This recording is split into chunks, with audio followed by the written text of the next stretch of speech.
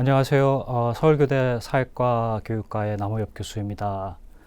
네, 오늘 제가 강의하고자 하는 주제는 사회과에서 통일교육의 논리와 실제라는 주제입니다.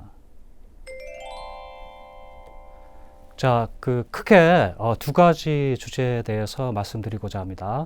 첫 번째는 통일의 원리와 방법에 관한 수업에 관한 이야기. 그 다음에 두 번째는 탈북학생 교육의 논리에 관한 이야기입니다.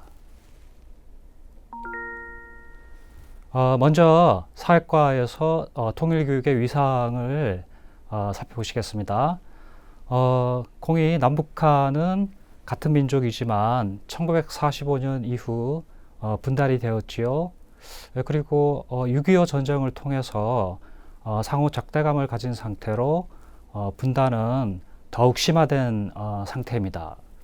하지만 남북한은 공존과 융합을 희망하고 있습니다. 남북한 통일을 지향하는 교육은 사회인식 교육 현상이고 사회인식 교과로서 사회과의 관심 영역이다. 이렇게 일단 시작을 해보겠습니다. 사회과에서 통일교육의 차원들이 있는데요. 크게 그러니까 미시적인 차원하고 거시적인 차원으로 나눠질 수 있습니다. 전자의 경우는 한반도에 국한된 차원들이죠. 예, 그 교육 내용 자체가 한반도 지역에 그 테두리 내에 있다는 것이고, 후자 거시적 차원은 한반도의 외부 세계까지 고려를 해서 교육 내용이 설정되는 경우입니다. 그래서 먼저 전자의 경우를 보자면 첫 번째로 남북한 사회통합의 원리와 방법에 관한 수업, 두 번째는 북한 지역의 이해에 관한 수업이 여기에 해당이 되고, 그 다음에 이제 거시적인 차원으로 먼저 탈북학생 이해교육이 있습니다. 이것은 먼저 온 미래라는 표현으로 또 널리 회자되고 있지요. 그리고 이제 마지막으로 동아시아 평화교육의 관점에서 통일교육이 다루어지게 되는 경우인데요. 이것은 아시아, 동아시아 지역을 벗어나서 글로벌 맥락에서도 통일교육이 다루어지게 되는 양상이라고 말씀드릴 수 있습니다. 자, 이 네 가지 중에서 오늘은 미시적 차원에서 통일의 원리와 방법에 관한 수업, 그 다음에 이제 거시적 차원에서 탈북학생 이해교육, 이 두 가지에 초점을 두고 강의를 진행하고자 합니다. 네, 먼저 통일의 원리와 방법에 관한 수업입니다. 제가 말씀드리고자 하는 강의에 있어서 논의의 프레임이 있어요. 일단은 문제의식이 사회과에서 통일 수업이 굉장히 다양하다. 예, 사회과 통일 수업의 다양체를 이해하고자 한다는 것입니다. 그리고 여러 가지 스타일의 통일 수업이 있기 때문에 이것을 우리가 일정하게 유형화를 이제 해볼 수가 있겠다는 것이죠. 실제 유형화를 대체로 한 6가지 정도로 해볼 수가 있겠다는 것입니다. 그래서 이러한 논의의 프레임을 가지고서 첫 번째 테마의 강의를 이끌어가고자 합니다. 자, 사회과에서 이제 시민교육이 굉장히 다채롭고 여러 가지 방식으로 그 교육 내용과 방법이 행해지게 되는데요. 따라서 그 사회과 쪽에서 어떤 시민교육을 유형화시키려는 그런 시도가 있어요. 이것을 차용해서 통일교육 현상도 일정하게 유형화를 이제 해보자는 것이죠. 그래서 통일 수업의 다양한 실천 사례들을 분류하고 그 의미관계를 논의하고 난 뒤에 우리들의 실천에 주는 시사점이 무엇인지 그 시사점까지도 도출을 해보겠습니다. 자, 유형화를 시도할 때 예, 분류 기준이 이제 필요한데요. 첫 번째로 가치에 대한 관점이 있습니다. 여기에서는 크게 세 가지가 있어요. 가치 절대주의, 가치 중립주의, 가치 상대주의의 시각이 있는데요. 뭐 다들 아시다시피 가치 절대주의의 관점은 단 하나의 가치만 이제 통용이 되는 상황이죠. 그 다음에 이제 가치 중립주의의 경우는 몰 가치적인, 예, 밸류 프리의 양상이고, 그 다음에 이제 세 번째로 가치 상대주의의 경우는 가치가 여러 개다. 경우에 따라서는 이 가치들이 충돌하기도 한다. 따라서 가치 딜레마 상황에 우리는 빠지게 되게 되는데요. 그랬을 때 어떤 가치를 어떤 기준에 입각해서 선택해야 되는가, 이러한 가치 탐구의 어떤 국면들이 다가서게 되는 게 바로 이 세 번째 경우이죠. 그래서 유형 분류의 기준으로 먼저 가치에 대한 관점을 살펴보셨습니다. 자, 두 번째 유형 분류의 기준은 교수 방법의 지향입니다. 여기에는 크게 두 가지가 있습니다. 학습자의 사고 과정을 중시하는 입장하고, 그다음에 학습자의 어떤 사고 결과, 학습자에게 사고의 결과를 강제하는 경우, 따라서 다분히 교사 주도의 수업이 여기에 해당이 되겠죠. 그래서 학습자의 사고 과정을 중시하는 수업하고 교사 중심의 수업하고 이 두 가지에 주목해서 두 번째 유형 분류의 기준을 선택했습니다. 해서 유형 분류의 기준들을 종합을 하니 지금 화면에 보시는 것처럼 크게 6가지 경우가 나타난다는 것입니다. 그래서 이제 사고의 과정을 중시하는 입장에서 또 가치 절대주의, 가치 중립주의, 가치 상대주의의 노선이 있고, 또 사고의 결과를 중시하는 입장에서도 마찬가지입니다. 그래서 각각 A 유형부터 F 유형까지 분류의 기준이 도출이 되고요. 그 현장에서 실천하는 통일 수업의 사례를 분류하면 이 6가지 경우 중에 어느 한쪽으로 쏠리게 된다. 따라서 우리는 통일 수업의 유형화를 시도해낼 수가 있겠다는 것입니다. 자, 먼저 유형 A를 보시겠습니다.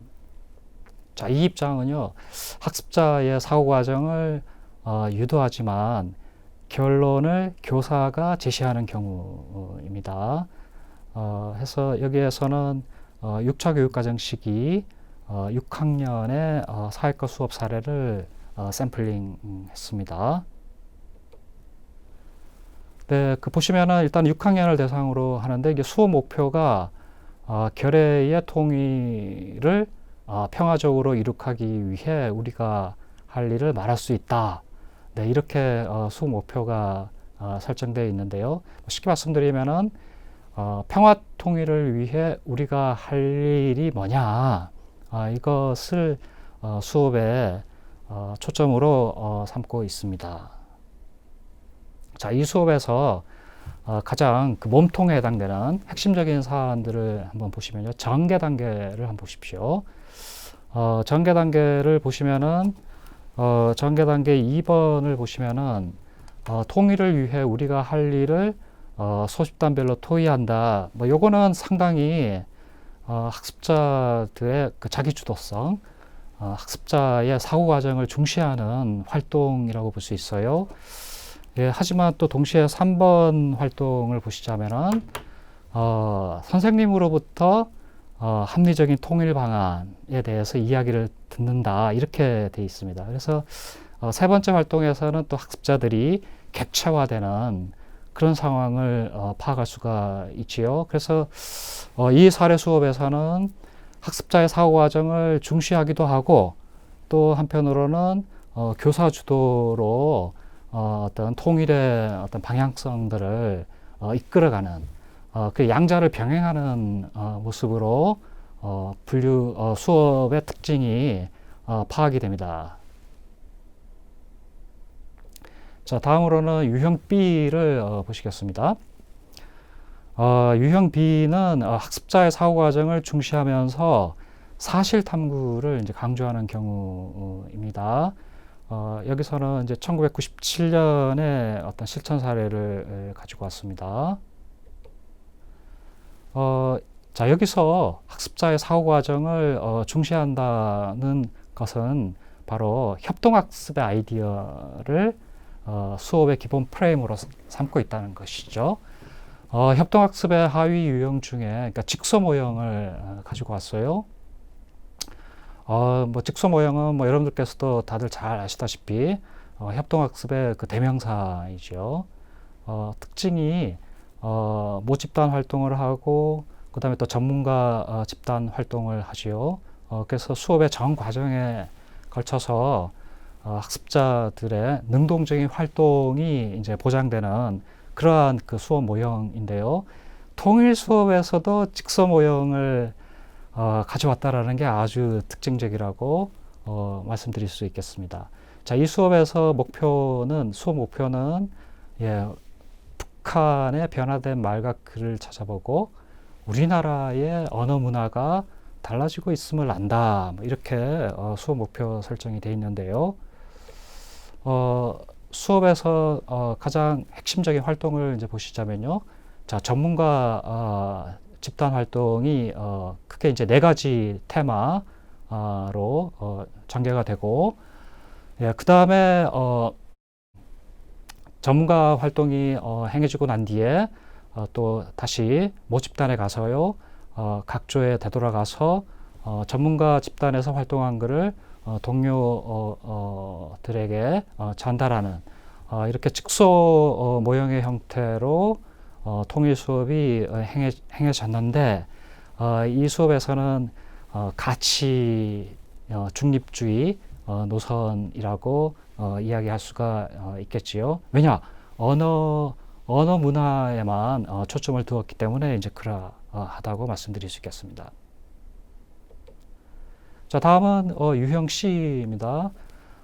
자, 유형 C는 학습자의 사고 과정을 중시하면서 또 가치 탐구를 강조하는 경우입니다. 2002년의 실천 사례인데요.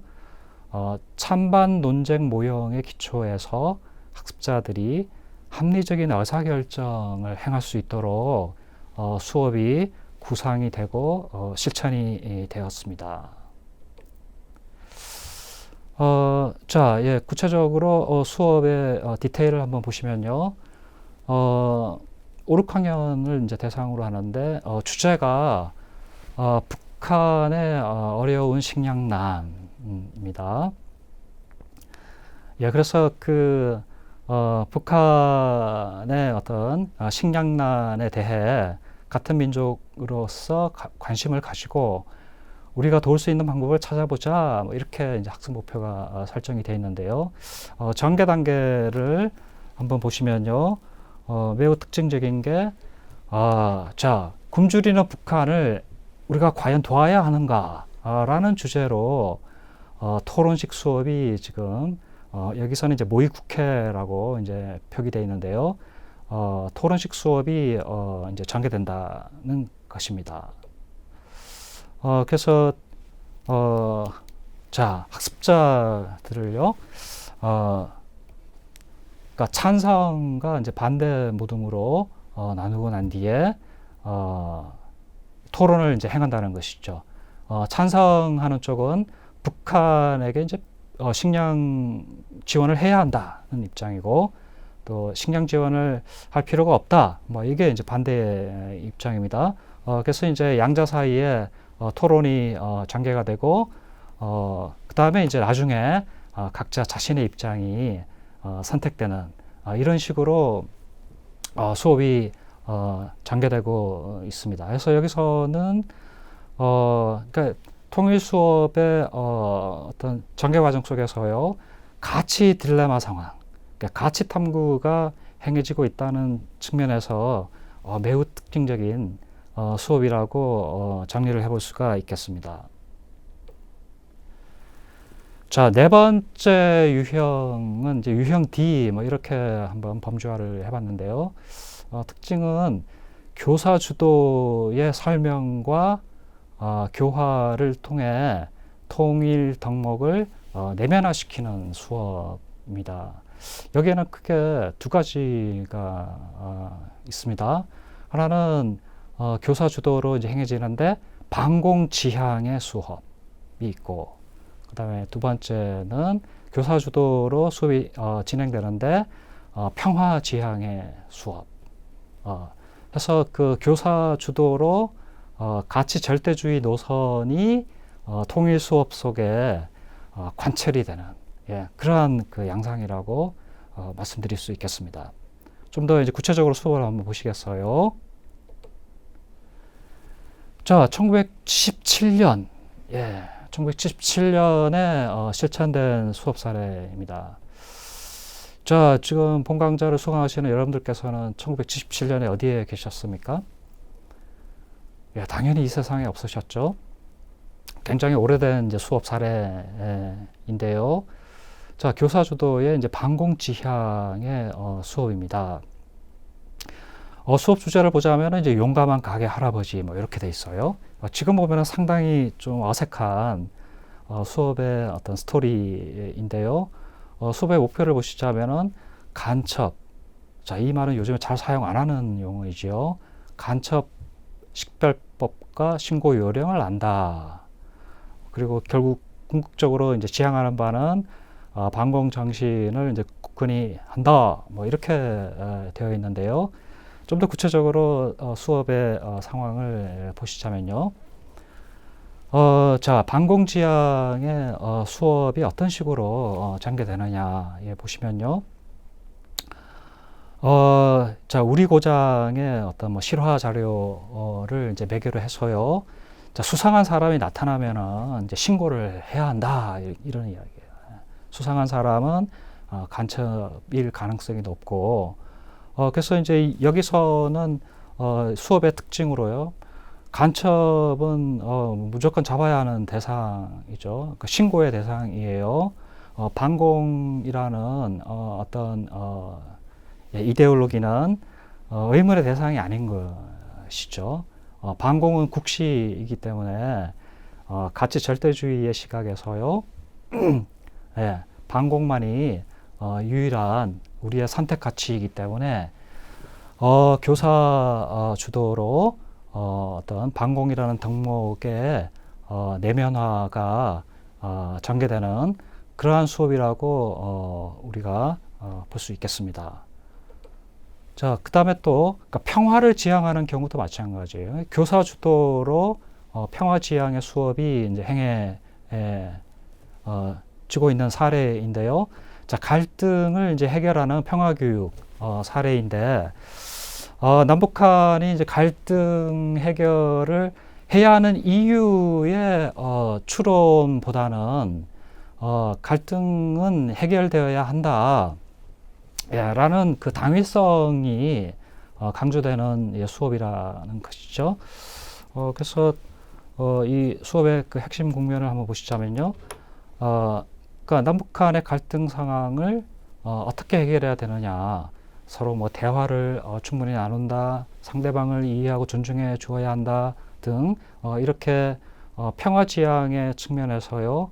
가치 절대주의 노선이 교사 주도로 학습자에게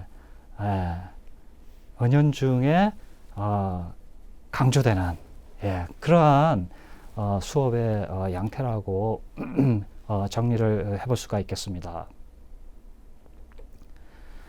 자, 다음으로는 유형 E의 상황인데요. 다섯 번째 통일 수업의 유형이 있습니다. 이것은 교사 주도의 사실적 지식의 전달이라고 우리가 특징 지을 수 있는데요. 실제 수업을 통해서 한번 보시자면요. 수업의 주제는 북한의 이제 언어 생활입니다. 5학년을 대상으로 하고 있고, 글을 읽고 북한의 언어 생활에 대해 알 수 있다. 이렇게 이제 학습 목표가 설정되어 있습니다.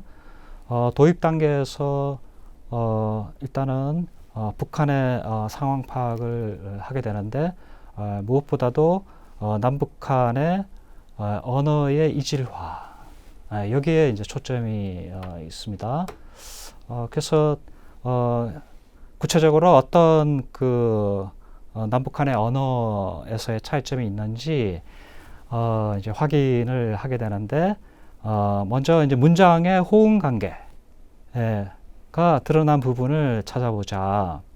그다음에 이제 두 번째는 남북한의 어휘 비교를 통해서 살펴보자. 예, 이렇게 교사가 주도가 되어서요. 예, 뭐 가치 문제가 개입될 여지는 전혀 없지요. 사실적인 지식의 차원들이 수업 속에서 다뤄지고 있습니다. 네, 다음은 유형 F의 경우입니다. 자, 여러분들 이 사례는요. 자, 가치 상대주의의 입장을 표방하면서 또 교사 주도의 수업이 병행되는, 결합되는 양상인데요. 자, 이러한 유형은 실제 수업 사례를 발견할 수가 지금까지는 없었습니다. 제가. 자, 왜 그럴까요, 여러분들? 이 양자 사이에는 논리적인 긴장 관계가 있다는 것이죠. 예. 그러니까 가치 상대주의를 표방하면서 또 동시에 교사 주도로 수업을 한다는 게 상당히 이율배반적인 양상이기 때문에 그러합니다. 그래서 무수히 많은 통일 수업 사례를 수집을 해서 분류를 해보았지만 유형 F의 사례는 아직까지는 발견되지 않은 상태입니다. 자, 뭐 2014년에 나온 연구 결과인데요. 6가지 유형을 잣대로 해서 실제 수업 사례를 광범위하게 수집을 해서 분류를 해본 결과입니다. 보시면은 1970년대에 실천된 수업 사례에서부터 뭐 2000년대까지 굉장히 장시간이죠. 통일 수업 사례들을 수집을 해서요. 분류를 해본 결과를 보시자면은 자, 일단 특징적인 것은 이거예요. 70년대, 80년대, 90년대, 2000년대로 오면 올수록 통일 수업의 사례가 증가하고 있다. 그리고 이 수업 사례들은요, 여러분들 A 교원 단체에서 해마다 그러니까 현장 교육 연구 대회를 열고 있는데요. 여기에 뭐 여러 교과의 수업들이 출품이 됩니다. 일종의 수업 경진 대회에 출품된 수업 사례를 대상으로 하고 있어요. 그 중에 이제 통일 수업 사례를 전수조사한 결과입니다. 그래서 분류를 해보니까 자, 뭐 이런 결과가 나왔는데요. 점점 시간이 지날수록 통일 수업 사례가 늘어나고 있다라는 게 상당히 고무적인데요. 그 다음에 이제 유형별로 또 보시자면은 가장 많은 사례 수가 바로 D 유형이죠. D 유형. 예, D 유형이 무엇이었죠, 여러분들? 예, 교사 주도로 덕목을 내면화시키는 통일 수업이었죠. 이게 가장 많고, 그 다음에 이제 두 번째로 많은 사례가 바로 A 유형이죠. A 유형은 학습자의 사고 과정을 중시하면서도 또 교사 주도로 결론을 제시하는 이 양자를 병행하려고 하는 시도이지요. 요게 A 유형이 이제 두 번째로 예, 빈도수가 많았고, 그 다음에 이제 세 번째가 B 유형, 가장 적은 수가 바로 이제 C 유형이죠. 이제 C 유형은 가치 상대주의를 표방하면서 또 동시에 학습자들의 능동적인 사고 활동을 강조하는 부류였지요. 요게 가장 빈도수가 적었습니다.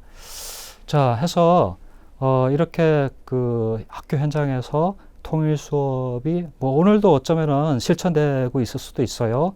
광범위하게 학교 통일 수업이 실천되고 있는데 이렇게 유형화가 이제 가능하다라는 게 오늘 강의에서의 어떤 포인트 중에 하나라고 말씀드릴 수 있겠습니다. 자, 그러면은 오늘 강의의 두 번째 테마로 이제 가보시겠습니다. 자, 두 번째 테마는 탈북학생 교육의 논리입니다. 강의 서두에서 먼저 온 미래라는 그 표현이 있었지요. 탈북학생 교육의 논리가 바로 이 수사적인 표현 속에 잘 나타나고 있는데요. 자, 우리가 학교 현장에 이제 탈북 학생들이 초중고등학교에 지금 같이 남한 학생들하고 생활을 하고 있는데요. 이 학생들이 어떻게 왔느냐? 북에서 남으로 곧바로 오지 않았다 이거예요. 이들의 이주 경로가 상당히 단순하지가 않다. 이게 탈북 학생을 우리가 이해한다고 했을 때 먼저 선행해야 될 상황입니다. 그 유형 첫 번째를 보시면은 북한에서 중국을 거쳐서 한국으로 왔다. 그 다음에 유형 두 번째는 중국을 거쳐서 캄보디아를 지나 이제 대한민국으로 오는 경우. 그 다음에 유형 세 번째는 한 군데를 더 경유하고 있죠. 바로 베트남을 경유해서 온다 이거예요. 자, 이것이 시사한 말은 뭐겠습니까? 그야말로 그 탈북 학생들이 대한민국까지 오는 이 경로가 순탄하지 않다라는 것이죠. 엄청나게 우여곡절 속에서 험난한 여정의 산물로 탈북 학생들이 우리들의 교실로 온다라는 것이죠. 그래서 이 과정 속에서 탈북 학생들이 경험하는 바가 무엇인지 우리가 주목해야 될 상황이라고 먼저 말씀을 드리고자 합니다. 따라서 이 탈북 학생들의 그 지오 멘탈리티, 여러분들 지오 멘탈리티란 말은 어쩌면 처음 들어보실 수도 있으신데요. 멘탈리티는 뭐 프랑스의 이제 아나락파 쪽에서는 이제 망달리떼 뭐 이렇게도 이야기해요. 뭐 지오 멘탈리티는 쉽게 말씀드리면은 사람들이 그러니까 땅을 보는 기본 시각, 기본적인 사고 틀이라고 정의 내릴 수 있어요. 그래서 탈북 학생들의 지오 멘탈리티를 들여다보면요, 제3국의 장기 체류를 하고 있기 때문에 남한 학생들의 그 지오 멘탈리티하고도 다르고 또 북한 학생의 경우하고도 다른 장소 체험을 가지고 있다는 것입니다. 그리고 또 탈북 학생들은 북에서 왔기 때문에 당 이데올로기에 의해 호출된 존재, 북한에서 당 이데올로기에 의해 호명된 존재이고, 그 다음에 세 번째로는 또 북한이라는 곳이 아직까지 뭐 글로벌화, 자본주의화가 맹렬하게 전개되지 않았기 때문에 이 탈북 학생들은 어린 시절에는 상당히 정서적으로 안정감을 가지고 있는 체험의 기억들이 있다는 것입니다. 그래서 이제 당 이데올로기가 이제 일상화된 그 사례가 지금 인터뷰를 통해서 탈북 학생 면담 자료를 통해서 이제 나타나고 있는데요. 뭐 예컨대 첫 번째 에피소드를 보시자면은 그러니까 드라마 같은 데서 이제 당의 이데올로기를 강조하는 형태의 드라마가 아주 일상화되어 있고, 그 다음에 또 곳곳에 그러니까 지도자, 북한의 지도자 이야기가 표로 곳곳에 이제 새겨져 있지 않습니까? 이런 게 바로 탈북 학생들이 당 이데올로기를 그러니까 일상화 내지는 그러니까 신체화 하고 있는 상황이라고 이제 면담 자료를 통해서 이제 확인이 가능한 상태입니다. 하지만 꼭 부정적인 기억들만 가지고 있는 것은 아닙니다. 이들은요, 북한 탈북 학생들은 북한에서 살 때 뭐 인터넷도 없고 뭐 게임 뭐 이런 것도 전혀 없기 때문에 그야말로 그러니까 농촌에서요, 그러니까 시골에서 자연과 교감을 하면서 정서적으로 안정감을 가진 그러한 어떤 상당히 긍정적인 정서의 지리들도 내면화하고 있다라고 이제 확인이 가능한 상태입니다. 자, 그리고 탈북 학생의 그 지오 멘탈리티를 추가적으로 또 보시자면요, 북에서 교육받은 내용하고 또 남한에서 직접 경험한 현실 사이에 상당한 괴리가 있고, 그래서 이런 괴리 상황은 북한 체제에 대한 비판 의식, 그렇죠? 북한 체제가 처음에는 북에 있을 때는 상당히 남한보다 우월한 줄 알았는데 실제 이제 그러하지 않기 때문에 북한 체제에 대한 비판 의식이 다분히 있습니다. 하지만 이게 전부는 아니지요. 요컨대 남한 체제에 대한 일방적인 찬양은 아니라는 거예요. 예. 시간이 지날수록 남한 체제도 일정하게 한계가 있다. 예컨대 문화의 자주성, 네, 너무 서구 사회 뭐 일변도이지 않느냐, 뭐 이러한 그 비판적인 관점이 또 생기고, 그 다음에 북에 비해서는 남한이 전통이라는 게 상당히 이제 상실된 상태이지 않습니까? 뭐 이렇게 또 탈북 학생들이 봤을 때 이렇게 남한 체제가 일방적인 또 찬양의 대상은 아닌 그러한 양상으로 탈북 학생의 지오 멘탈리티가 이제 확인이 이제 되는데요.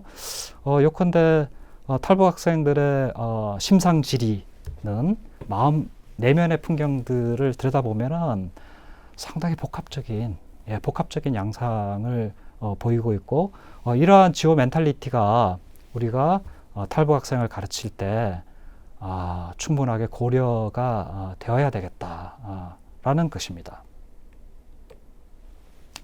그래서 탈북 학생의 지오 멘탈리티가 우리 교육에 주는 시사점을 좀 정리를 해보자면요. 먼저 탈북 학생을 일방적인 동화의 대상으로 보는 것은 문제가 있다. 예. 그러니까 이주 이전에 그 기억하고 있는 것, 그 다음에 이주 과정에서 체험한 고유한 장소의 기억들이 이 탈북 학생들한테 존재한다는 것입니다. 하여 탈북 학생의 내면 세계는 백지 상태가 아니에요. 그리고 또 탈북 학생의 그 내면 세계는 열등하고 부정적인 상황으로 간주해서는 곤란하다. 예, 탈북 학생들은 고유한 정체성을 가진 하나의 주체로 인정하는 것이 교육의 출발점이다. 라는 것입니다. 그래서 탈북 학생 교육의 논리를 우리가 정립을 이제 해봐야 되는데요. 앞서 말씀드린 것처럼 탈북 학생들이 하나의 인격적인 주체이기 때문에 일방적인 사회화의 대상으로 보는 것은 좀 곤란하다는 것이죠. 그래서 그 남한 학생하고 탈북 학생 사이의 만남, 예, 그 다음에 남한 학교 선생님들하고 탈북 학생 사이의 만남, 이 만남은 인격적인 관계여야 되겠다는 것이죠. 여러분들 교육은 만남이라고 하지 않습니까? 이 만남의 논리를 우리가 어떤 식으로 정립해야 되느냐, 이게 상당히 중차대한 과제가 된다는 것입니다. 그래서 이 만남의 논리를 먼저 첫 번째를 보시자면은, 자, 이분법적인 선입견에서 벗어나 상호 대등한 위치 설정이 필요하다. 네, 서로 독립적인 인격체이면서 상호 소통할 수 있는 역량의 배양이 필요하다. 예, 그래서 탈북 학생 교육의 논리를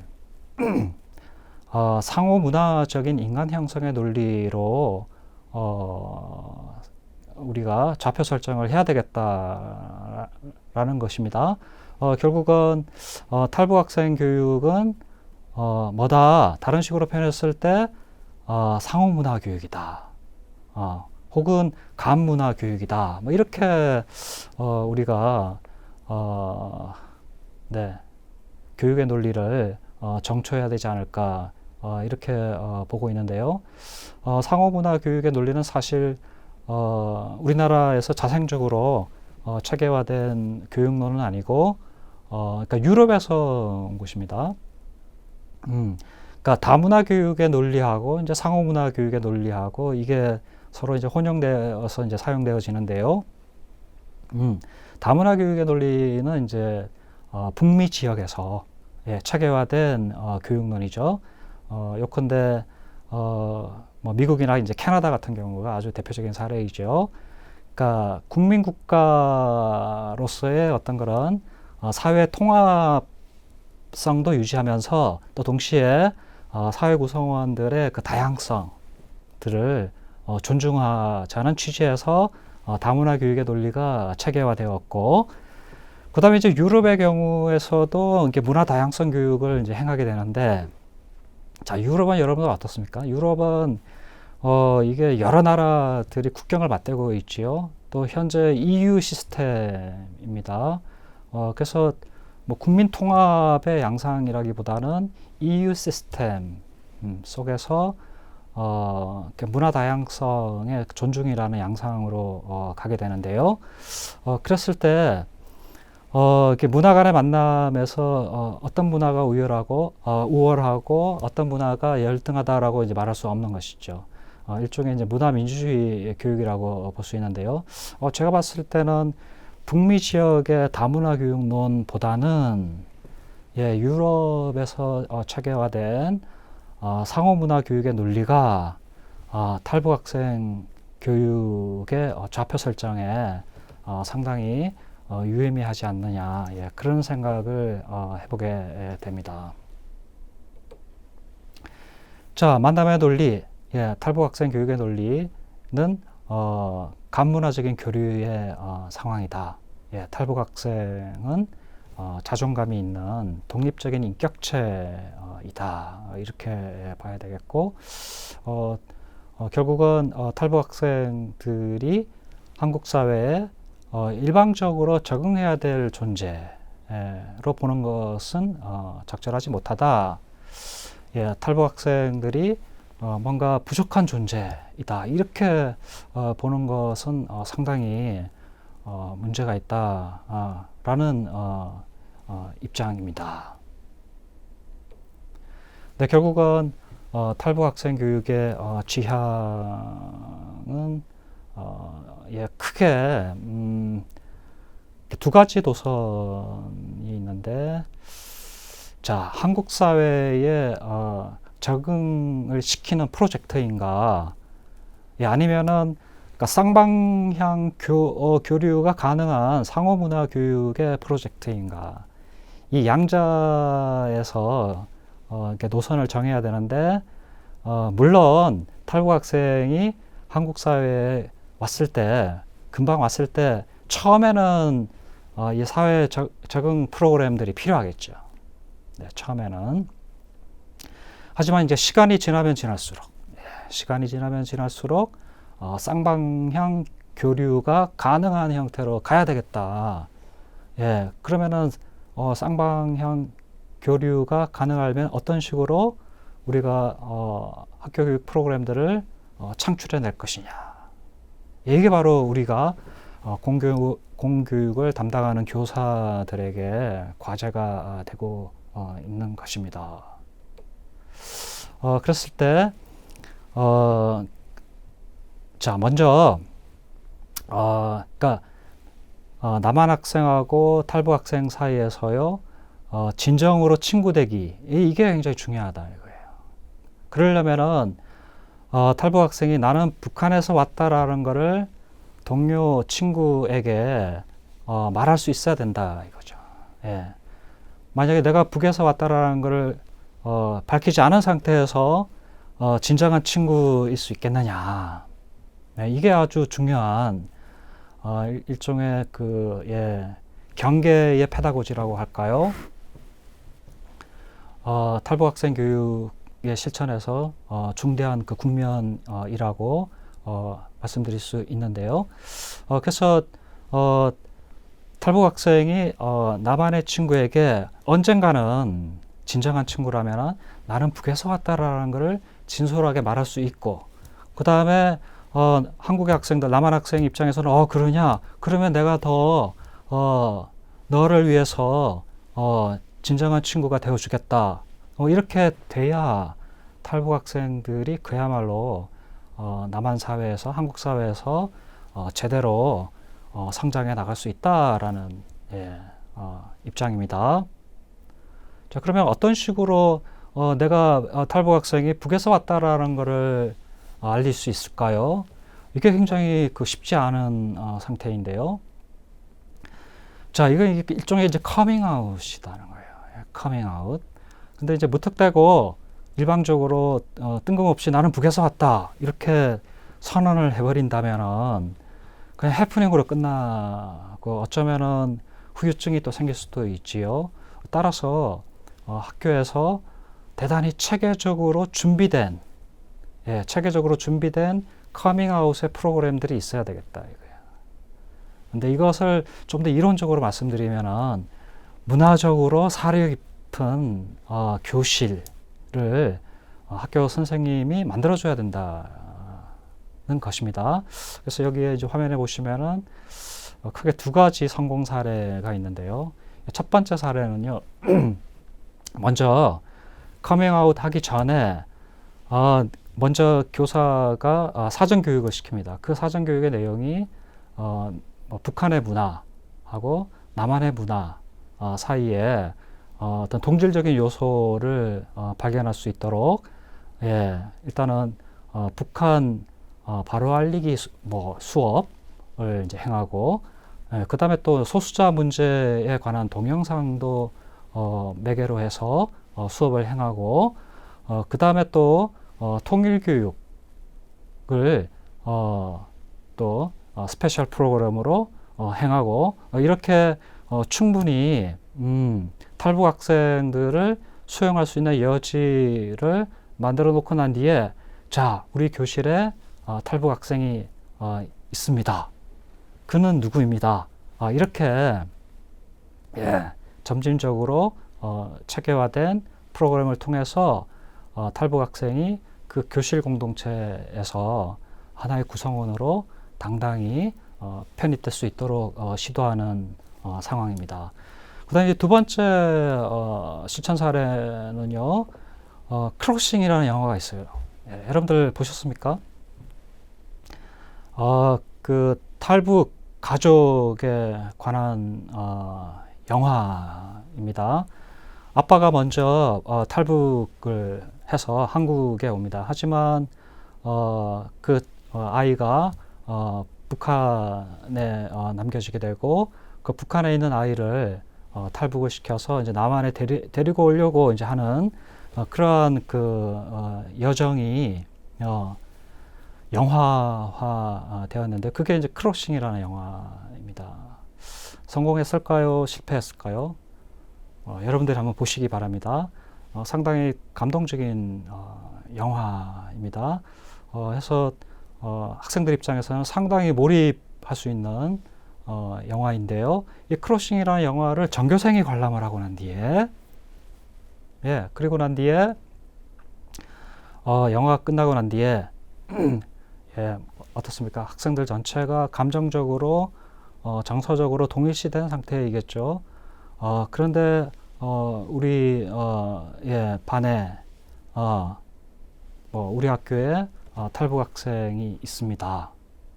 이렇게 자연스럽게 소개가 되고, 그 학생을 전교생이 수용할 수 있는 그러한 프로그램들이 기획이 되고 이제 실천이 되었다. 라는 게 지금 보고가 되고 있습니다. 그래서 이러한 성공 사례에 대한 평가를 이제 해보자면요. 일단은 그 평등 교수법의 측면에서 만들어진 학교 커리큘럼이다 이거예요. 그리고 소수자의 그 아이덴티티를 존중하고 배려하는 학교 교육 과정이었다는 것입니다. 앞서 문화적으로 사려 깊은 교실이라고도 이제 표현했는데요.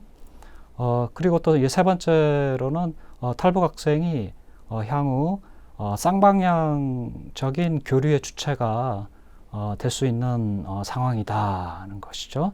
언제까지나 내가 북에서 왔다라는 걸 감추는 게 아니라 그것이 뭐 언제까지 감추는 게 진정으로 친구들과의 만남에서 이게 당당하지 않은 것이기 때문에 결국에는 이제 알려지게 되는데 이렇게 평등 교수법의 측면에서요 문화적으로 사려 깊은 학교 환경 속에서 행해진다면은 원만함이 있겠다라는 것입니다. 그래서 이제 이런 성공 사례는 상호문화 교육의 논리 측면에서 봤을 때도 다분히 의미 있는 시도였다라고 정리를 해볼 수 있겠습니다. 자, 탈북 학생 교육의 좌표 설정을 이제 해보자면요. 자, 탈북 학생은 한국 사회에 일방적으로 사회화되어야 될 수동적인 존재라기보다는요. 그러니까 남북한 사회 통합의 과정에서 중개자 역할을 수행할 수 있는 주체로서 각별한 위치에 있다는 것입니다. 그래서 이제 탈북 학생을 문화 중개자로 성장시키는 관점에서 탈북 학생 교육을 행하자. 이게 굉장히 중요한 좌표 설정이고, 그리고 이게 성공적으로 이제 행해진다면요, 나중에는 자, 통일 한국 그리고 동아시아 평화 공간에서요 이들이 그러니까 리더십을 발휘할 수 있는 상황까지 나아갈 수 있겠다는 것입니다. 그래서 우리가 자, 동남아 지역에서 국제 결혼 가정의 자녀들이요 다문화 교육을 통해서 그러니까 문화적으로 풍요로운 잠재력이 만개하여 한국 사회에서 나중에는 유능함을 발휘할 수 있도록 하는 것처럼요. 탈북 학생들이 상호문화 교육의 관점에서 교육이 원만하게 진행이 되어 이렇게 남북한 사회 통합의 과정 속에서 중개자 역할, 리더의 역할을 이제 행할 수 있도록 우리가 배려를 할 수 있는, 이끌어 나갈 수 있는 그런 그 교육의 논리를 제안드리고 싶습니다. 자, 본 강좌에서 말씀드린 사안들을 한번 정리를 해보겠습니다. 크게 두 가지 테마를 이 시간에 여러분들과 함께 공부를 해봤습니다. 첫 번째는 통일교육을 이제 사회인식 교육으로 이제 사유하기, 이렇게 이야기를 해봤는데요. 이 이야기는 그러니까 사회과에서 통일교육을 우리가 사유하고 실천한다면은 어떠한 컨텍스트에서 행해질 수 있느냐, 이런 관점이에요. 다른 교과교육에서의 실천하고 다소 맥락이 다를 수 있는데요. 일단은 앞서 말씀드린 것처럼 일단은 사회과에서는 통일 수업을 행할 때 크게 6가지 유형으로 분류가 가능했다라는 거예요. 그렇죠? 자, 그렇다면 여러분들은 어떤 유형의 통일 수업을 실천하고 싶으십니까? 또 왜 그 유형의 통일 수업을 실천하려고 하시는지요? 여러분들은 통일 수업을 행할 때 통일수업 그 자체를 행하니까 그 자체로 정당화된다. 이러한 논리에서 좀 벗어나서 나의 통일수업이 교육적으로 어떤 의미가 있는지 좀 더 천착하실 수 있는 기회를 가져보시면 어떨까 라는 제안을 먼저 드리고요. 그다음에 두 번째는 탈북학생 교육의 논리를 확립해야 되겠다. 예, 그러니까 뭐 동정론에서 출발하는 그러한 그 일방적 사회화의 관점이 아니라 탈북 학생하고 한국 학생, 남한 학생하고 그러니까 인격적인 만남, 그다음에 인격적인 만남에 기초한 성장의 노선들이 탈북 학생 교육의 논리로 구축이 되어야 되겠고, 이 과정은 다른 식으로 표현하면 상호 문화 이해의 과정이다. 이렇게 이제 정리를 해볼 수가 있겠습니다. 네, 지금까지 사회과에서 통일교육의 논리와 실제라는 주제로 강의를 하였습니다. 네, 그러시면은 오늘 강의는 여기서 마치도록 하겠습니다. 감사합니다.